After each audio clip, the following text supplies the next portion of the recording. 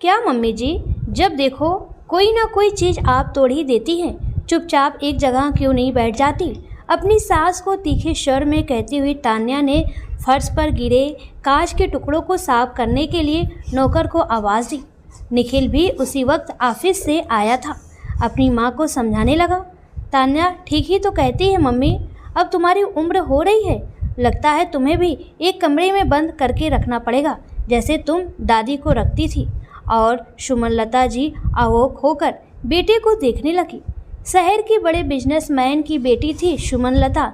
अंग्रेजी स्कूल में पढ़ने वाली सुमन देखने में जितनी सुंदर थी, बोलने में उतनी तेज तर्रार। मनपसंद काम न होने पर तो वह पूरा घर सिर पर उठा लेती थी।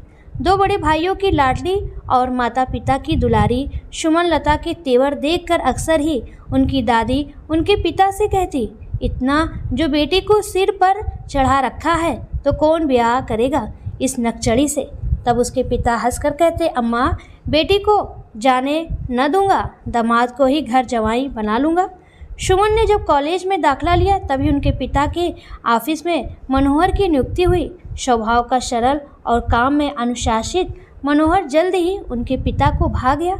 जैसे जैसे समय बीतता गया मनोहर के काम में निखार आता गया और उसकी पदोन्नति भी होती गई। एक दिन सुमनलता के पिता ने मनोहर से उसके घर परिवार के बारे में पूछा तो उसने बताया कि एक बड़ी बहन है जो विवाहित और विधवा माँ है और पत्नी बच्चे। जी अभी शादी नहीं हुई है, मनोहर ने कहा तो सुमन के पिता की तो बाछी खिल गई। बेटे के लिए मनोहर उन्हें उपयुक्त वर लगा।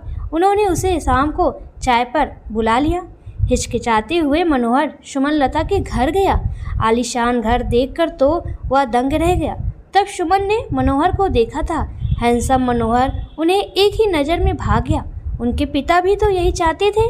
कंपनी से मिले घर में जब सुमन के पिता मनोहर की माताजी से मिलने गए तो उन्होंने बहुत आवभगत की।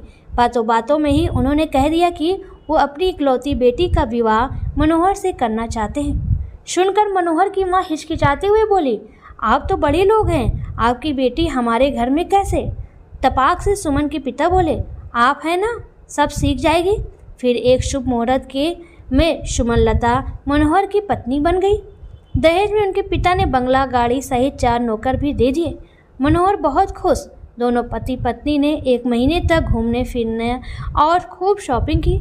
उसके बाद मनोहर ऑफिस जाने लगे।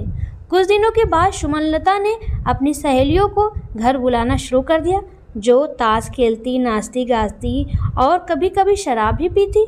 पूजा पाठ करने वाली मनोहर की माँ को बहू का यह रवैया पसंद नहीं आया। कुछ दिनों तक तो चुप रहने के बाद एक दिन उन्होंने सुमन को कह दिया, बहू, अच्छे घर की बहू बेटी को यह सब शोभा नहीं देता है। फिर क्या था, सुमनलता ने पूरा तांडव मचाया। मनोहर को बोली कि तुम अपनी माँ को बोल दो कि मेरी लाइफ में वो दखल ना दे, वरना। इतने दिनों में मनोहर अपनी पत्नी को समझ चुके थे, इसलिए उन्होंने अपनी माँ को ही समझा दिया कि वो बहू के किसी भी काम में दखल ना दे और ना ही टोका टाकी करे। उस दिन मनोहर की माँ बहुत रोई थी। समय बीतता गया, मनोहर एक बेटे के पिता भी बन गए। सुमनलता ने अपने बेटे को जन्म अवश्य दिया था, लेकिन उसका पालन पोषण आया की गोद में होता था। सुमनलता को अपनी पार्टियों और शॉपिंग से फुर्सत कहाँ। निखिल का 10वां जन्मदिन था।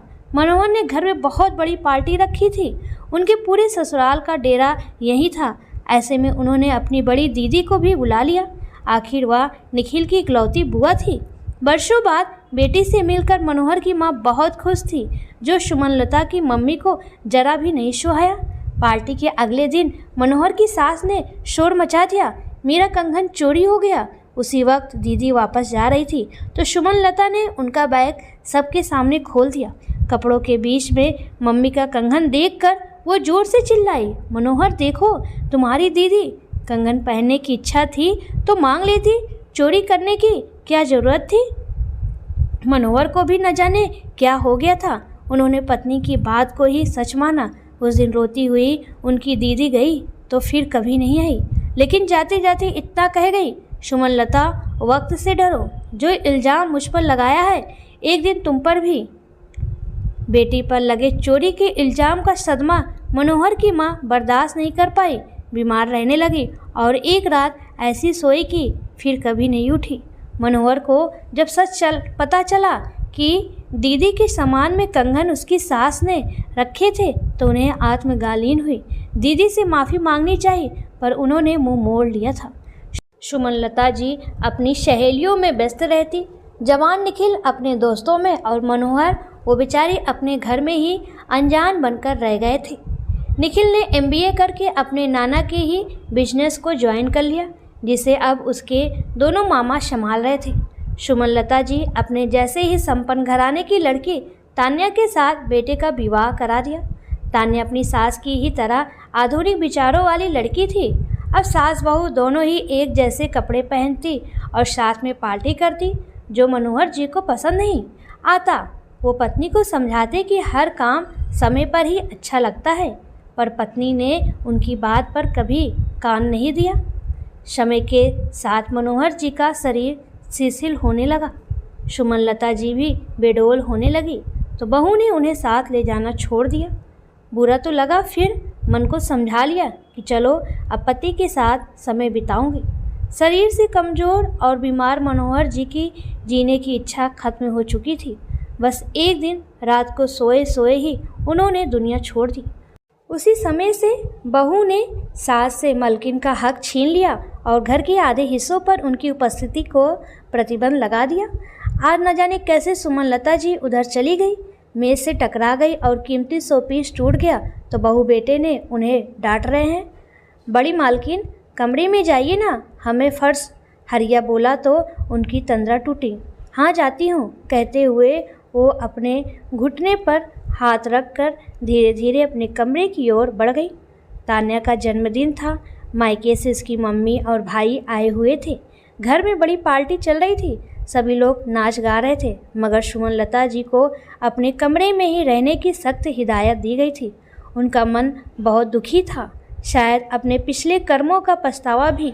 देर रात पानी पीने के लिए वो रसोई में जाने लगी तो उन्हें सुनाई दिया कि तान्या कह रही है, निखिल मैं तो तंग आ गई हूँ तुम्हारी मम्मी से, चुपचाप बैठती ही नहीं है, सहेलियों के सामने आकर मेरी इंसल्ट कराती रहती हैं।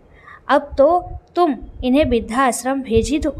हाँ तुम ठीक कहती हो, लेकिन ये ऐसे नहीं जाने वाली। इन्हें भी बुआ की तरह ही कोई इल्ज़ाम इसके आगे वो सुन ना सकी। ननंद के साथ किया गया अपना कुकृत्य उन्हें याद आ गया। हे भगवान, अब यही बाकी रह गया है। ऐसे बेइज्जत होने से तो अच्छा है कि मैं चली जाऊं अपना सामान लेकर। सुबह जब वो जाने लगी तो उनका पैर टेबल के पाए से टकरा गया और उनका हैंडबैग गिरकर खुल गया। उनकी कंघी पाउडर के बीच तान्या की मम्मी का नेकलेस चमक रहा था। तान्या चिल्लाई, छी मम्मी जी, मेरी मम्मी की नेकलेस चुराने की क्या जरूरत थी, मांग लेती तो। सुमनलता जी आगोश थी कि ये कैसे हुआ। आखिर वक्त ने उन पर भी चोरी का इल्ज़ाम लगा ही दिया, जो बरसों पहले उन्होंने अपनी ननंद पर लगाया था।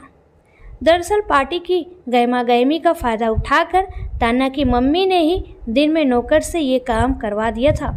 सुमनलता जी चोरी के आरोप का सदमा बर्दाश्त न कर सकी। वह एकाएक अट्टहास लगाने लगी। हाँ चोरी, हाँ मैंने चोरी, कहकर ज़ोर ज़ोर से वो हंसने लगी और बेहोश हो गई। डॉक्टर ने निखिल को बताया कि सदमे के कारण सुमनलता जी अपना मानसिक संतुलन खो बैठी हैं, परंतु घबराओ नहीं, वो जल्द ही ठीक हो जाएगी। दोस्तों, अक्सर हम बिना सोचे समझे किसी पर झूठा इल्ज़ाम लगा देते हैं, ये भी नहीं सोचते कि उस पर क्या बीतेगी। लेकिन जब उस व्यथित व्यक्ति के हृदय से हाय निकलती है तो परिणाम बहुत बुरा होता है, जैसे कि सुमनलता जी के साथ हुआ। अतः किसी पर भी दोषारोपण करने से पहले हमें एक बार सोचना अवश्य चाहिए। सच में दोस्तों, लोगों ने सही कहा है, हमारे कर्मों की सज़ा एक दिन हमें ज़रूर मिलती है।